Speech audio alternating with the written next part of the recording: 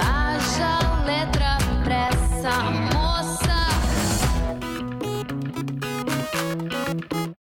Quando nasce uma criança, nasce também uma mãe. Hoje nós vamos ter aquela conversa sobre o cuidado com essa mãe, com essa mulher. E para falar sobre isso, estamos aqui com Cíntia Ozon, terapeuta de família, pesquisadora do CIESP da PUC-Rio, e Francisco.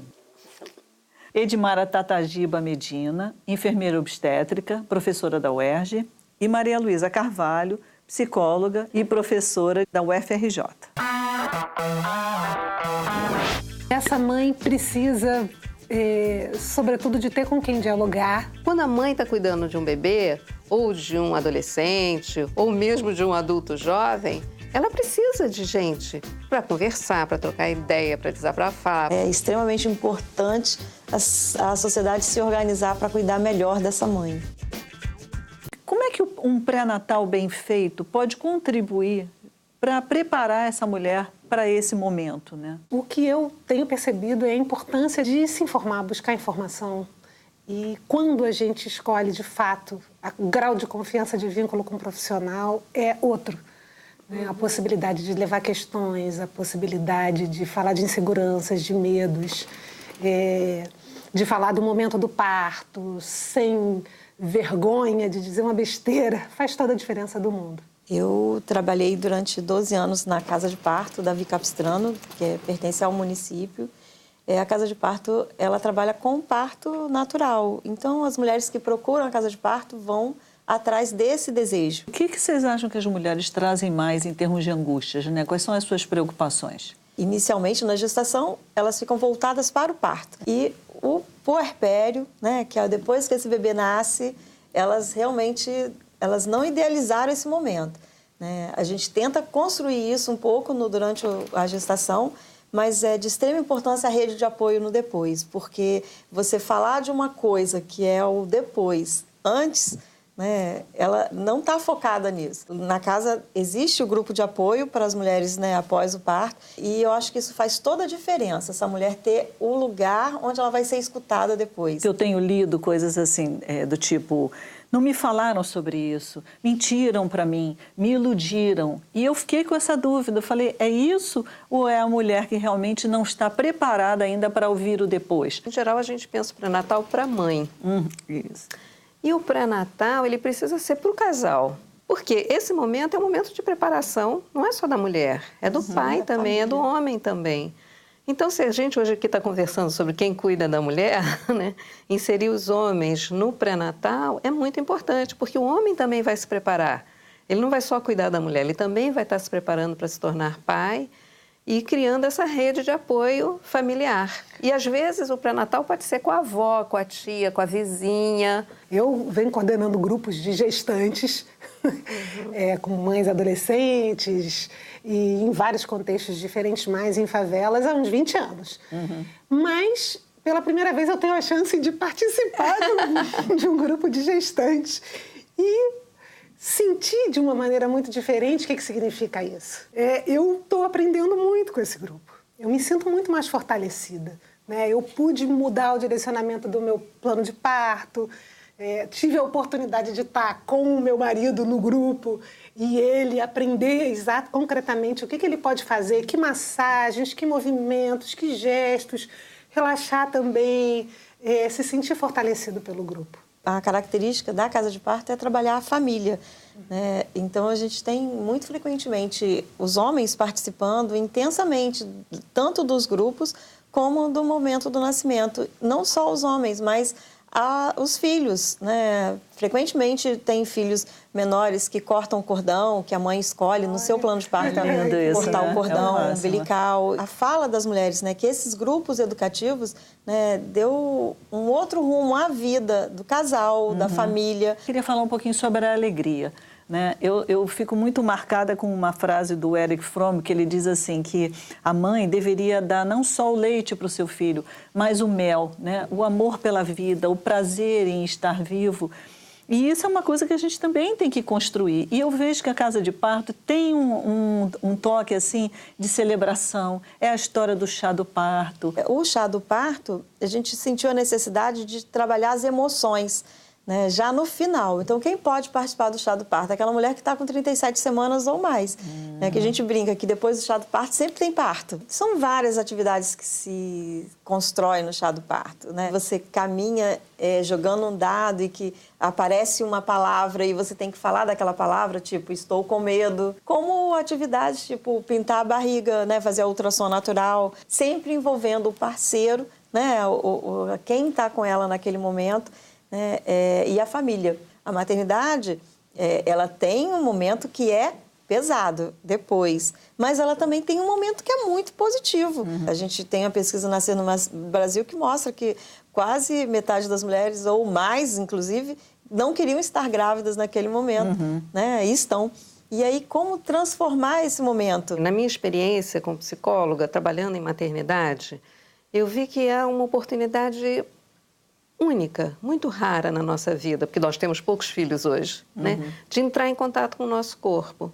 Então, eu acredito que quando a gente desenvolve oportunidades para as mulheres, como vocês falam desses grupos de gestantes, de falar das emoções, e eu sei também que vocês trabalham com um trabalho de consciência corporal, com respiração, coisas muito simples, que a mulher possa ficar integrada com seu próprio corpo. Esse momento do nascimento do filho faz assim na vida de uma mulher. Às vezes, assim para o buraco, porque não teve apoio social. Mas pode ser assim para alegria, como você falou. Inclusive com as adolescentes, né, que às vezes são tão criticadas e muitas vezes acontece exatamente isso, né? A vida dela toma um outro rumo, ganha um outro sentido, às vezes, com essa gravidez. Né? Para essas adolescentes que vivem em contextos muito diversos, vulneráveis, o agente comunitário de saúde, a equipe de saúde, estar frequentemente na casa, ela participar de um grupo de adolescentes ou de outras mães adolescentes com ela, provou ter resultados assim extraordinários em termos de ressignificar esse momento, de dar uma guinada diferente para a vida, retomar estudos. Agora também é importante colocar, né, Cíntia, que tinha um olhar para ela, porque muitas vezes esse agente que vai na casa ou o profissional que atende, né, atende a criança e esquece de trabalhar o vínculo, esquece de olhar, às vezes, o sofrimento dessa mãe.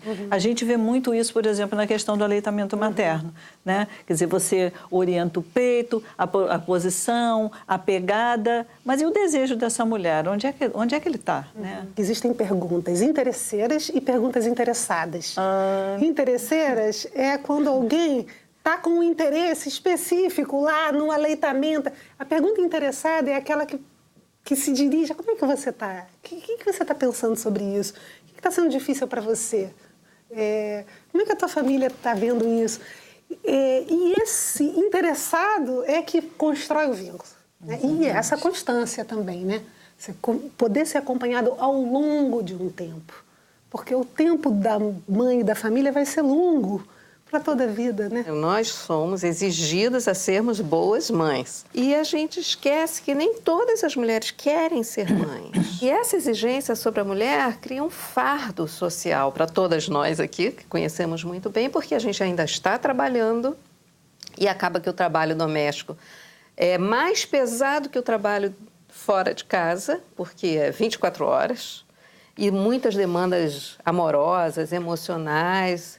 Então, a tarefa da mulher, ela é realmente muito dura. Sabe aquela imagem da mãe feliz, perfeita, cuidando do marido, dos filhos, da casa e lidando de forma exemplar com o mercado de trabalho? Então, essa imagem precisa ser repensada. Um estudo mostra que mais da metade das mães brasileiras considera a rotina exaustiva.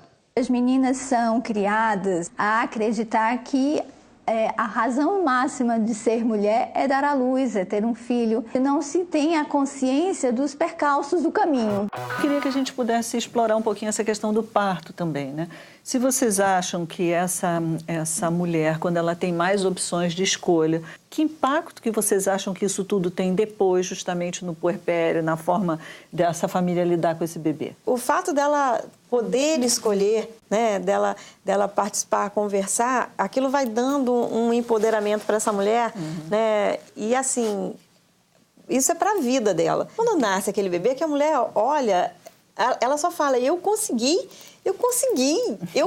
Ela consegue tudo na vida, né? Até mudar as relações com a família, com aquele bebê, né? Isso é impagável, né? É muito poderoso. Isso é muito poderoso. A mulher que fica com mais sofrimento no puerpério, em geral, é aquela mulher que não teve essa oportunidade de poder sobre o seu parto.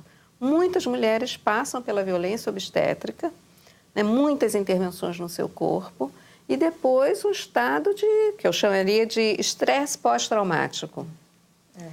E não é depressão, é sofrimento em cima do que acabou de viver. Quando às vezes a gente recebe uma mulher que está com dificuldade de amamentar, como que a gente lida com ela? Eu me lembro de um caso de uma pessoa, de uma mulher, que eu vou chamar aqui de Maria.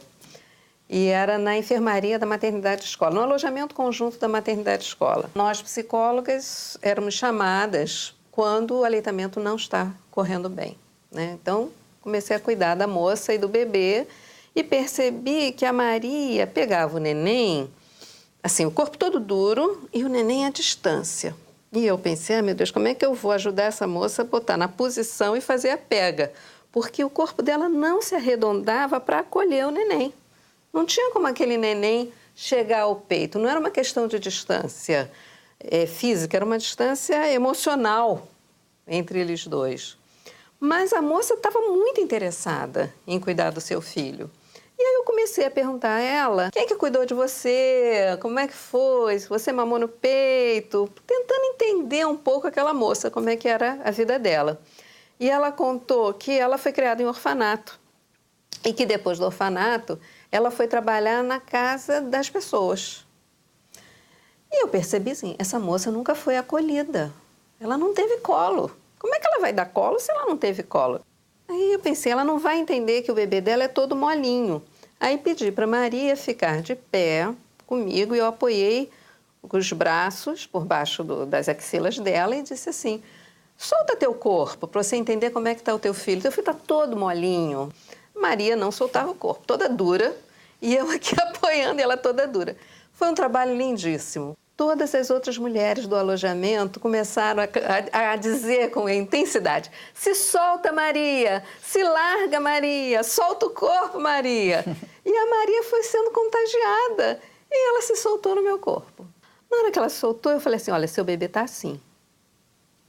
É assim que ele está, todo molinho, todo solto. Você vai precisar pegar ele para ele se sentir firme com você. 2 dias depois, Maria teve alta com seu bebê e amamentando muito bem e ela pôde viver, né, na relação ali com o grupo, não era só comigo, com o grupo, um apoio para ela poder descansar e poder acolher o seu filho. Eu me emocionei porque é a magia do grupo, né? É a magia do grupo. A magia do grupo, a magia de quem está ali junto, na mesma toada. Meu primeiro filho eu tive durante as férias. E no 2º ano era um grupo tão solidário que havia 2 grávidas. Nós dividimos os plantões de modo a não prejudicar muito as que não estavam grávidas. E eu consegui ficar 3 meses em casa. E isso fez total diferença. E eu percebi assim que nem todo mundo tinha essa consciência de que um bebê é um presente para a sociedade, né? Aquilo que os africanos fazem, né? É preciso uma aldeia para cuidar de uma criança. Eu acho que a gente tem que incorporar mais esse conceito, né? É verdade. Para a gente poder cuidar melhor dessas crianças e desses pais também, né? Para ter essa sociedade também mais solidária que a gente deseja.